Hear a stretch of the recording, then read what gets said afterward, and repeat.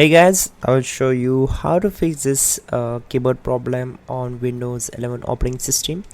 This solution is also applicable for Windows 10. So let's fix this issue. You have to just follow my screen and the problem will be solved. So the first step, we have to just open the device manager. So you have to right click on this start icon, just right click on it, and you will get the multiple options here like settings, device manager, system, and many more.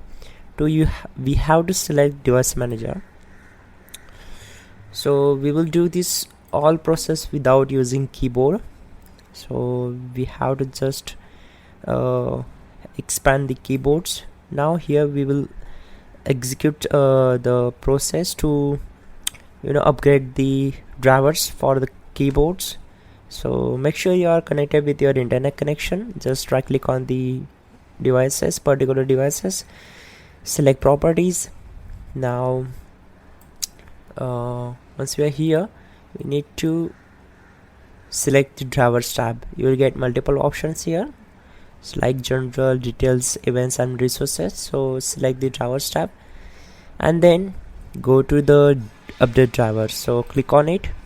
Once we are here, we will get the two options like search automatically for your drivers and browse my computer for drivers. So firstly, we will select this option and the base drivers will be installed automatically.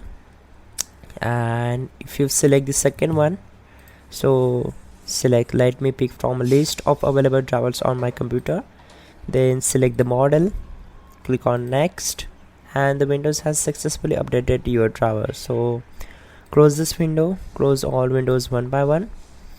Your hardware setting have changed. You must restart your computer for these changes to take effect.